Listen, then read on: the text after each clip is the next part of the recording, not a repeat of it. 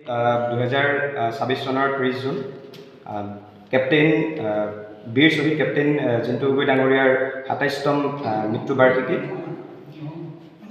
আজিৰ এই বিশেষ দিনটিত তেখেতৰ সেই শ্বহীদগৰাকীৰ বীৰগাথাক শ্ৰদ্ধাৰে সোঁৱৰিছোঁ আৰু তেখেতক প্ৰণিপাত জনাইছোঁ। আমাৰ খুন্তেৰ বাবে জিন্তু গগৈ আচলতে এক অমূল্য সম্পদ তথা গৌৰৱ, দেশৰ বাবে তেখেত গৌৰৱ। কিন্তু আমাৰ পৰ্যবেক্ষিত হয় আচলতে চৰকাৰ, প্ৰশাসন তথা ৰজাঘৰীয়াই যি ধৰণে আজি এই বিশেষ দিনটো উদযাপন কৰিব লাগে, সেই উদযাপনৰ ক্ষেত্ৰত তেওঁলোকৰ বিশেষ হেমাহিয়ে দেখা দিয়ে। আৰু যিখিনি সময়ত আচলতে চৰকাৰখনে শ্বহীদক সন্মানৰ কথা কয়, সেই সময়খিনিত চৰকাৰৰ প্ৰশাসনিক বিষয়াসমূহে আপোনালোকে লক্ষ্য কৰিব পাৰে যে আমাৰ কেপ্টেইন জিন্তু গগৈৰ যি সমাধিক্ষেত্ৰ খুন্তে ৰাজচক্ৰ বিষয়া কাৰ্যালয়ৰ নিচেই ওচৰত, অথচ সেই বিষয়াজনৰ এই সমাধিক্ষেত্ৰত ভৰি দিবলৈ আজিৰ তাৰিখত সময় নাই। গতিকে আজিৰ দিনটোত এই বিষয়বিলাক উত্থাপিত হোৱাটোৱে আচলতে এক দুৰ্ভাগ্যৰ বিষয়। আৰু আশা কৰি অনাগত দিনসমূহত চৰকাৰে এই দিশবিলাকৰ প্ৰতি বিশেষ গুৰুত্ব আৰোপ কৰিব আৰু লগতে তেখেতৰ আগন্তুক আহিবলগীয়া মৃত্যু বাৰ্ষিকীসমূহ সুন্দৰভাৱে আমাৰ যাতে যুৱ প্ৰজন্মই আচলতে জিন্তু গগৈৰ এই সত্তাটো কি, সেয়া যাতে সুন্দৰভাৱে যুৱ প্ৰজন্মই অনুধাৱন কৰিব পাৰে, উপলব্ধি কৰিব পাৰে, সেই পৰ্যায়ত তেওঁলোকে সেই পৰ্যায়লৈ যাতে লৈ যায়। ধন্যবাদ।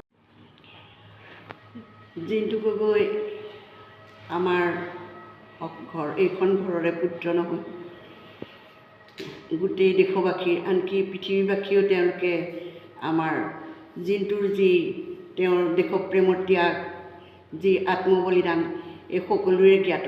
কিন্তু এই জ্ঞাত অৱস্থাটো আমি কেৱল পৰিয়ালবৰ্গ আৰু ওচৰ চুবুৰীয়া মিলিত হৈ তেওঁৰ প্ৰতি আমি শ্ৰদ্ধাঞ্জলি জ্ঞাপন কৰিছোঁ।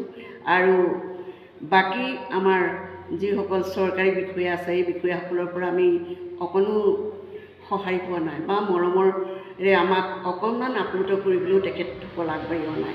গতিকে এই ক্ষেত্ৰত আমি দুখ অনুভৱ কৰিছোঁ, কাৰণ আমাৰ ল'ৰা অকল এই অঞ্চলটোৰে নহয়, দেশবাসীৰ বাবে এক গৌৰৱৰ বিষয়। আৰু দেশৰ বাবে তেওঁ নিজক ত্যাগ কৰিছে। দেশৰ যি মংগল হয়, সেই মংগল কামত তেখেতে অৰিহণা যোগাইছে, তেখেতে ত্যাগ কৰিছে।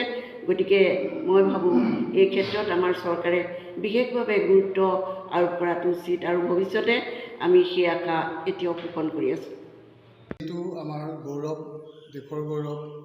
আমি যেনেধৰণে আচলতে এই মৃত্যু দিৱসটিয়ে হওক বা জন্ম দিৱসটি উদযাপন কৰিব লাগিছিল, যিগৰাকী শ্বহীদ নিজৰ আত্মবলিদানেৰে দেশত নাম ৰাখি গৈছে, দেশৰ অখণ্ডতাৰ স্বাৰ্থত নিজকে বলিদান কৰি গৈছে, সেইগৰাকী শ্বহীদক আমি কেৱল পৰিয়ালৰ মানুহসকলে বা দুই এজন আৰু আহি পেলাই মৃত্যু তিথিতে হওক বা জন্ম দিৱসতে হওক আমি শ্ৰদ্ধাঞ্জলি জনাওঁ।